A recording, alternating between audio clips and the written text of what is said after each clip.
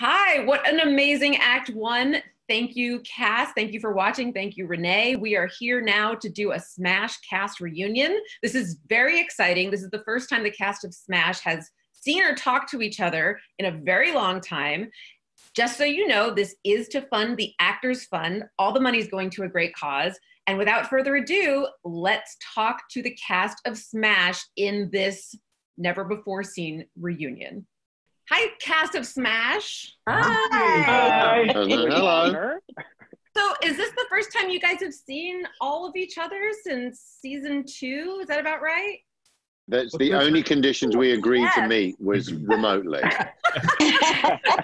Other than the Bombshell Concert, we got to, a lot of us reunited for the concert at the Minskoff Theater. I don't think Jack was there. Yeah, Andy and I were there. I still can't sing.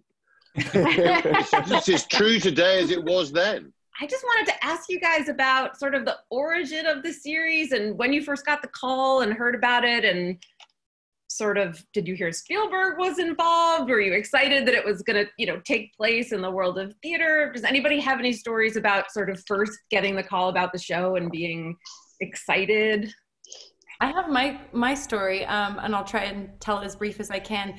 This was a couple years before it actually went to NBC, but Bob Greenblatt was the head at Showtime, and my manager had called me and said, hey, it's not happening yet, but I just want to give you a heads up. There's this show that Bob Greenblatt and Steven Spielberg are getting produced or creating, developing, and I know you're perfect for one of the parts. And so then cut to like 2 years later, I actually got this memo saying, dear Catherine, please look at this material. This is Bob Greenblatt, Steven Spielberg. It originally was at Showtime and moved to NBC. And before I could even finish the sentence, I knew that this was a show that they had told me about like from 2 years prior. So I was immediately excited and just hoping that I could get a shot at auditioning. So that's how I first knew about Smash, before it was called Smash, I think. I'll say this, the original script that I read, and I don't know if anybody else knows this, the original script I read had a lot of nudity. Do you remember that? Oh, more's the pity. I read that script also. Showtime, come on. When it was still at Showtime, I was sent the script when Bob was going over to NBC, and I was told it was the only script he was taking with him. And they said, Steven Spielberg, and it was called the Untitled Project. And it was sexy. It was sexy. I mean, it was definitely a cable show. Yeah. And I remember reading it and thinking, this might be the best pilot script I've ever read. Wow. And I was like, you know what? For this script, I will move to New York. And then we got the watered down version, and I was like, where's the sex? Does anyone remember at that table read at the beginning of it? It was hilarious. So we'd all just sat down, and there were a few introductory remarks, and then they put a speaker in the middle of the table. It was like Charlie's Angels. Yeah. And then Steven Spielberg emerged from this box. It was like broadcasting live from his private planet. It was really good and quite intimidating, to say the least. I imagine that when you guys went headfirst into this project, you were a little daunted, if only by the how am I going to learn choreography and the schedule of it? But can you guys talk a little bit about going into a TV project that had this kind of scope to it? Well, certainly just on the subject of choreography, it was very difficult to learn the choreography when you're meant to be the choreographer. And a bit like with my singing issues, I did have dancing issues as well. And there was quite early on, they wrote a scene for me and Kat where I was teaching her some steps.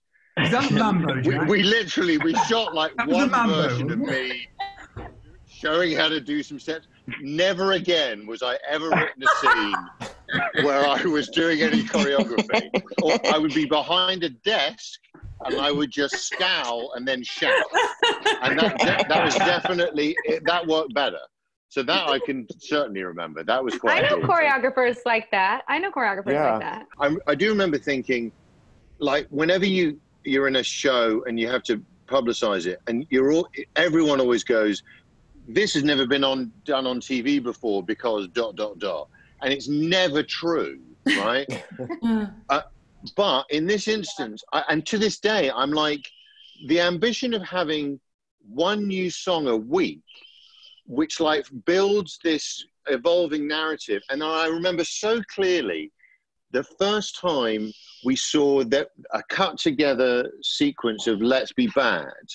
And I, of course, because I had nothing to do with any of those fully realized sections. Let's Be Bad. So it was, and I was like, this is really like one of the most amazing things and ambitious things I've ever seen on television.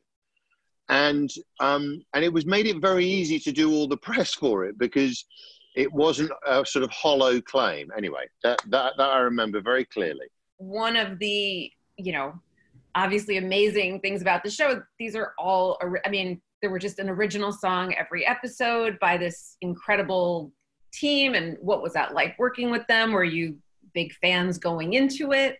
Well, hearing Mark and Scott's songs every week, like when we get to the table read, I know the girls had the songs beforehand, but when we get to the table read and after we hear them played for the first time, what was coming up in that episode was, for me, the highlight of filming the whole series. I mean, what they put together week by week was just extraordinary. That to me is...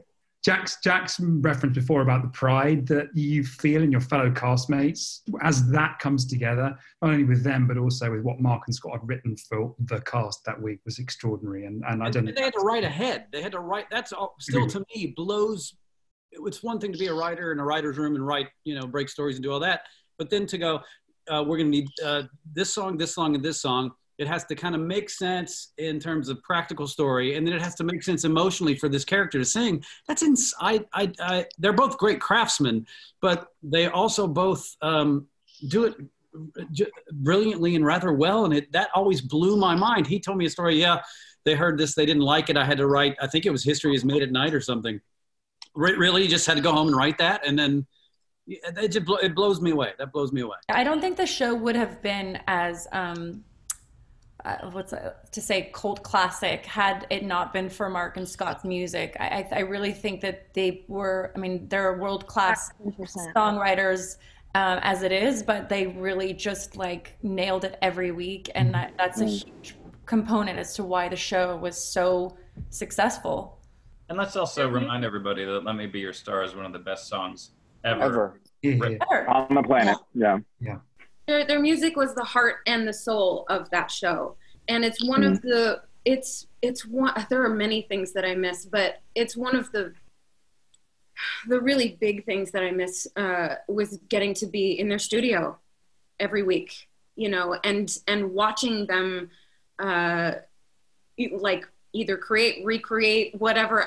Like just being in the studio with them was magic. And then beyond that, everything was so beautifully lyrically driven, and everything furthered our plot and the plot of the show that we were doing within the show. It was smart. Yes. Deborah, the themes like Deborah's theme that would come back when there would be an emotional moment, or each character's theme too. Just the way it was woven in was pretty outstanding and hard to do on television, I think. They were very clever because they said, don't worry about it. Come into the studio and we'll just practice and we'll do it. And I said, okay.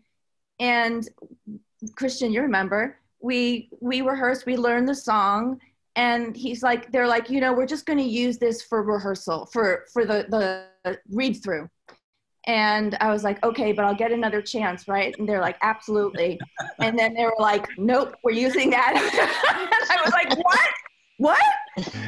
So yeah, it was best that I didn't know, but it was thrilling to be in that studio and to be like, I can't believe I'm having this experience. And it definitely felt magical. Megan, I know you don't think of yourself as a dancer, even though you move beautifully. And I wondered what it was like working with Josh Bergasse and his Emmy-winning choreography, and if you were intimidated. When I first got the audition for it and I saw that she was a really seasoned ensemble member of 10 years, I was like, oh, this isn't for me. This person's way better than I am. And I am what we call in the biz a singer who moves well. And even that is being really, really generous. Like, I'm surprised I haven't fallen over just sitting here. And I have botched so many dance calls, and really, like really terribly, very memorable ones that choreographers still recall to this day. And so when I got the audition, I was like, I can't do this. I can't make a fool out of myself in front of all these people. And when eventually I got it, and they were like, oh, and by the way, you have to come to New York a couple weeks early to learn the baseball number.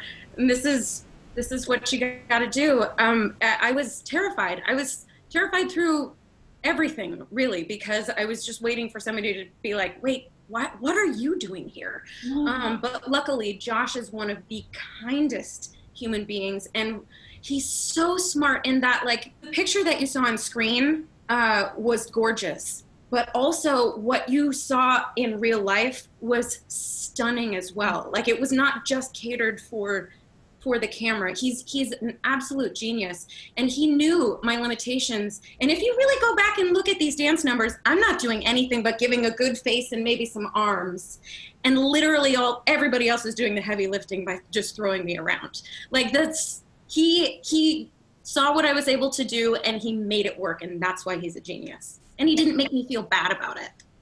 It was pretty amazing sitting behind the table and watching these, massive dance numbers, and and I'm looking at Kat, and I'm looking at Hilty, and I'm looking at Wes and Leslie and everyone who is dancing, and I'm like, wait a second, they're shooting 14, 12 hours a day, and then they have to go and rehearse and learn these things. And I thought, shit, I am so glad. That was something that, like, just blew my mind. Is like, I mean, unlike most of you, and maybe other than like a soap or a commercial, this was like the first TV gig I had. And it was like, we would rehearse from 6 a.m. to noon. And then we would shoot from, like, after the lunch break, 1 to 10 p.m., like absurd hours. I remember crying a lot because I was hired to be the dancer who acted, and I was surrounded by cream of the crop Broadway hoofers who, like, were choreographing on the spot with Burgas, like, in the room, because he didn't have time to, like, go choreograph these. He had to do it on the spot because he was always on set. So they would be, like, changing choreo constantly, and I'd be like, can you guys just figure out what the steps are and then teach it to me, because I can't, it was really stressful. We've all done TV at least since, and this show is also really rare because since it all took place in that room, really, we were the dancers in the ensemble, we were the the co-stars sometimes, and then we were also the background actors. So, like, that's right. The days were super long because we would, we also just had to be back there fake talking while other scenes were going on. I learned from Jack Davenport when to exit a scene to save yourself from coverage later in the early and often. Don't you pick up your bag? Like Derek would leave as soon as possible. Right. Yeah, everybody was really kind and really welcoming, and it was because it was my first series too. It was very kind of a perfect transition, going from years of Broadway and stage stuff into a completely unknown television world, and it was just this perfect sort of like easing into it. Like, oh, there is a comfort zone attached to this sort of new world where I can, like, step back and be a performer, but then also learn all these new things too. It was great. I have a question for Raza and Brian. Brian, about not really having a singing role as an amazing Broadway singer, and then also Raza singing for the first time in the Bollywood number. How did that feel for you guys? That was a riot that day, partly because it was one of the first days we'd all been together as a cast, because I know a lot of my stuff was with Kat independently of a lot of the rest of the cast. So that day, everyone was there giving it. Even Jack Davenport doing some Bollywood moves in there somewhere along the line. It's true. I had a bad back that day. It happened, but he strolled back in time with the music. But yeah, getting everyone together that day, and also it was another mark of just how much we accomplished in such a short space of time. I mean, that was a huge number, recording in the studio, you know, learning the tracks, learning all that choreography, and that number of people shot. Did we do it in a day and a half or something? Is that right? It was a day and a half we shot that whole I think it was in one day. One day. Yeah, I think it was one day. So and you know, and that, you know, that multiplied, that was going on with these girls doing what they did every single week. I mean, doing all the dramatic scenes and then having to learn those numbers and do all that as well. The process of putting up a show, whether it's in summer stock or off Broadway or Broadway, it's pretty intense and pretty laborious, but it's something that is just something that we do. It's something that is natural. So the production aspect of it, I always saw, even though I wasn't really a part of those big numbers. I'm not saying it was easy, but I think it's probably something we all were all so attuned to and used to in some way that it was kind of ignorance is bliss in a way. We didn't, I would imagine that there was just so much work ethic that we all brought to it just by virtue of being in the theater that it just helped get it done. That's something I noticed from on a bigger macro picture. But I do remember shooting the pilot and thinking, well, this is cool. I get to play a guy who doesn't have to sing. And like the fifth or sixth table read, when we get in these episodes and we, you know, everyone would just, you know, stop and do their song, I'd be like, oh my God, I want to sing a song. I want to sing. How did it feel when they handed you that Guitar Hero guitar? Yeah. Oh, yeah. Well, that answered all my prayers. And your stage manager was the voice of reason in much chaos. Well, so true. I think that people, you know, you resonated with people. Like, these people are nuts. You're let's just take a break. Just like, what stage manager would put up with that shit? Yeah. I'm like, if any of us ever behaved like that in real life, we would be tired. Will, I wanted to ask you what reaction you got from the show from the theater community and sort of chat about that, because it was meant to represent something behind the scenes and what they would tell you. The thing I liked about our show is it delved into these people's lives. It didn't just leave it at this little bitchy thing that happened or this little catty thing. And it gets, you know, it gets messy. Mine and Deborah's storyline was messy with Brian's, you know, that stuff that really kind of happens. And I liked messy, and I liked it.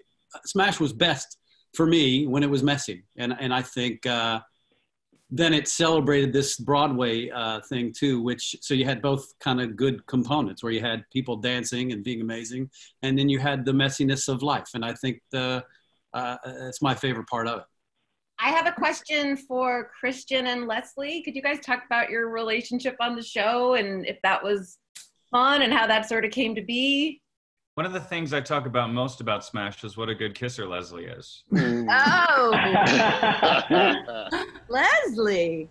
You know, I came in the 4th episode, so you guys had already made this legendary pilot that still holds up. And, you know, me and Wes joined at the same time. And so to come and join the sandbox with you guys, I was very, very nervous and intimidated, but and Christian was doing such fantastic work. So I just wanted to, you know, I wanted to bring something to the table. You know what I mean? So I thought I would bring the ability to kiss. If I couldn't act, so much more. I love the scene with you and your family, the dinner that we all had. That was beautiful. Yeah. Jamie, can you tell me about playing the character that audiences, if I may, love to hate? I don't know. It was a really interesting experience. Even today, like people see me on the street and will just come up to me and tell me they hate me. And they call you haven't seen the show. What? Ellis, are you ever like like chopped or like sweet green and they're like, shove it, Ellis? Yeah, like legitimately. But I that just kind of says to me that, I don't know, people tend to tell me that means I did a good job. And so I just kind of like try to sit in that. But it was really interesting to have people hate you, but also like, I don't know. It was a really interesting experience. But do you have to like Ellis, or are you like, this character is a piece of shit and I'm just going to have a good time?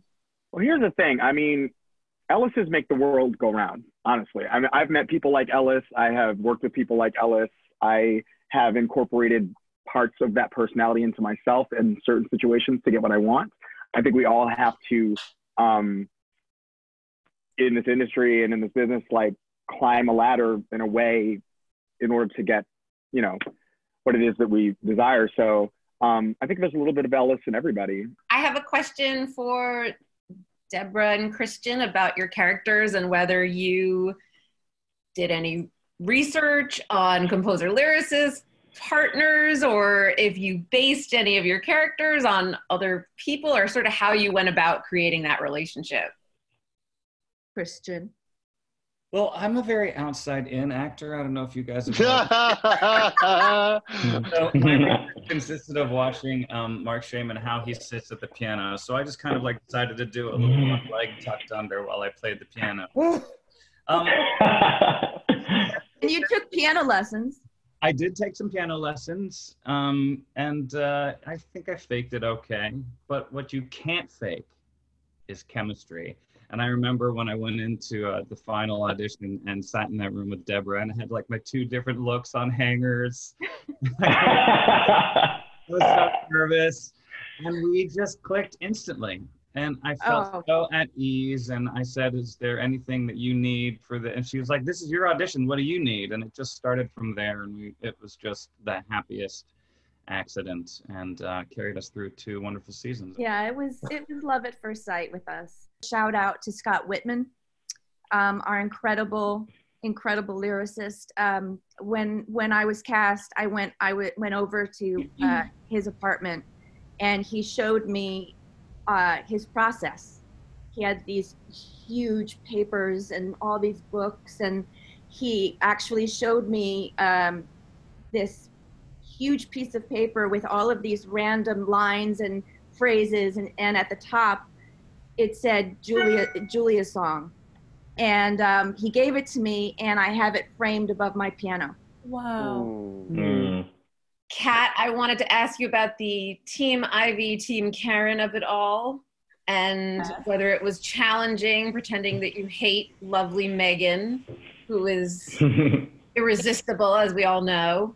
We were very method. It's virtually impossible to hate Megan or dislike Megan. So again, like what Christian was saying, you can't fake chemistry, and that was one of the things that Megan, I mean, I think that we all had, but that Megan and I particularly had such great chemistry, and we genuinely liked each other. And I remember when we were recording Let Me Be Your Star, I turned to her and I said, it's like we're living a dream, isn't it? And we just both knew we had landed on something that was so special, and that I think collectively we were living out every dream we could possibly have wanted. So it wasn't being bitchy to each other wasn't actually the easiest part of our jobs. It was actually quite difficult to make that seem realistic. And I haven't gone back and watched it in a while, but I'm sure it wasn't quite as believable as I could have maybe tried. And then, as you mentioned, Kat, being a cult classic, I know that that's sort of, I'm the creator of a cult show. It's sort of a double-edged sword, but the people who love it.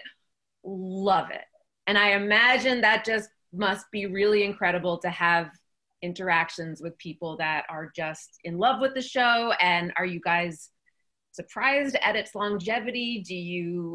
Is there anything else you want to say to the obsessive Smash fans now that we have an opportunity? I mean, I'm definitely surprised by how the show has lived on for so many years after. But as you guys know from my Twitter and my Instagram, I'm more than happy to keep it going until the show comes back.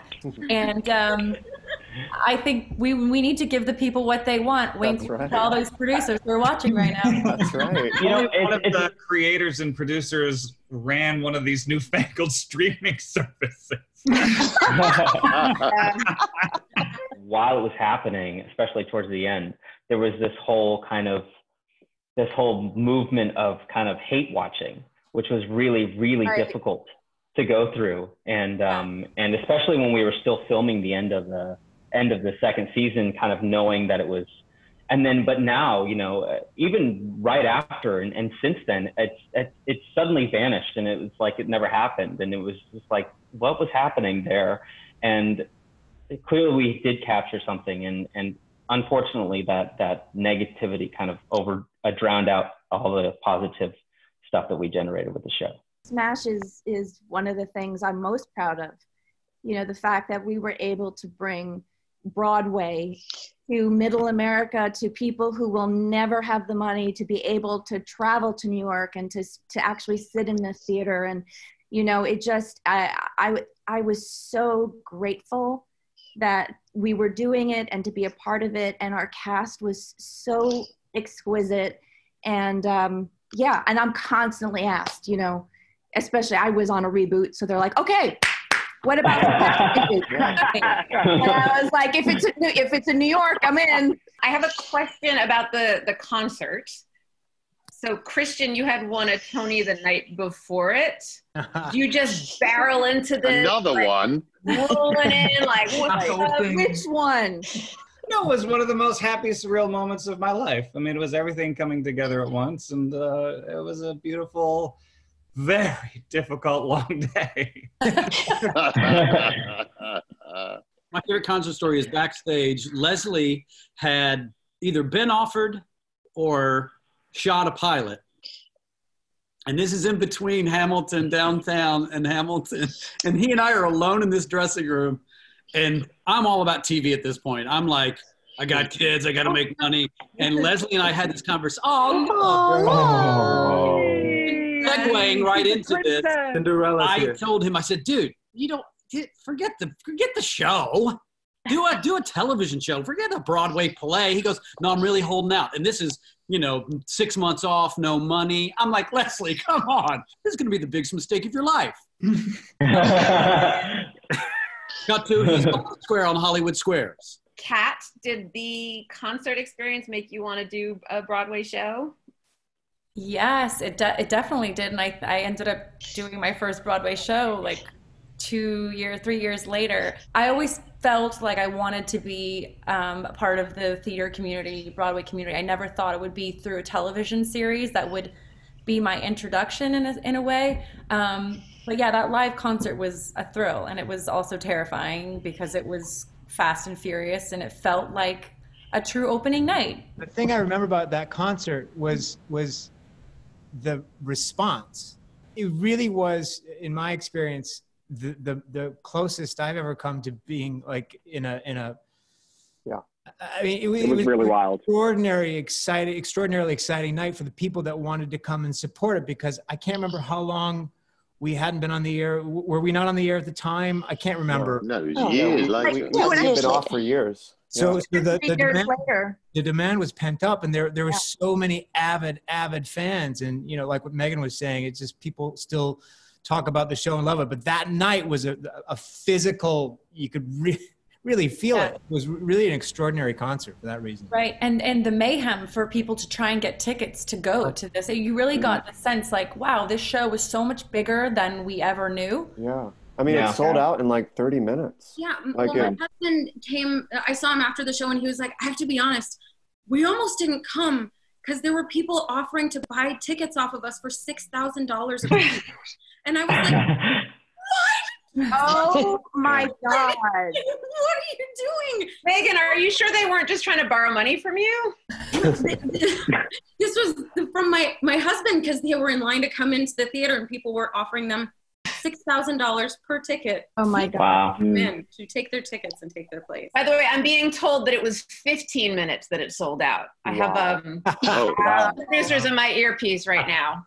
And then finally, I have one last question, which is, when you were doing the show, or even now, was there something that you wanted to do that you didn't get to do, that you'd sort of hoped, I hope my character gets to do this? Live to the end of the season, really, is all it was just to do all the episodes I was contracted to do. But Indeed. It's a great answer. Marrying Karen as well. I was hoping to get like conked on the head at one point and just go into some fantasy sequence. It was my maybe like making a salad one night in the kitchen, and then an appliance falls on my head, and then I go to a big number. That didn't happen.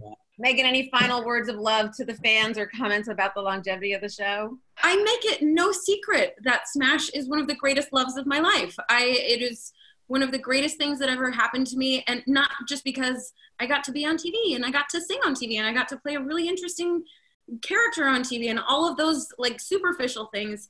It brought some of the most beautiful people into my life. So many people on camera and off camera that that I miss terribly. And I look back on those years so fondly, even though it was really hard. I loved every second of it. And I would give anything to get it back, just like all of these amazing Smash fans. I am right there with you. So the second anything moves forward, I'm right there with you. Okay, cast of Smash, we could talk all day, but it's time to get back to the Bombshell concert. Get ready for Act 2. Thank you guys so much for joining us. Thanks for watching. And don't forget to donate to the Actors Fund. See you soon.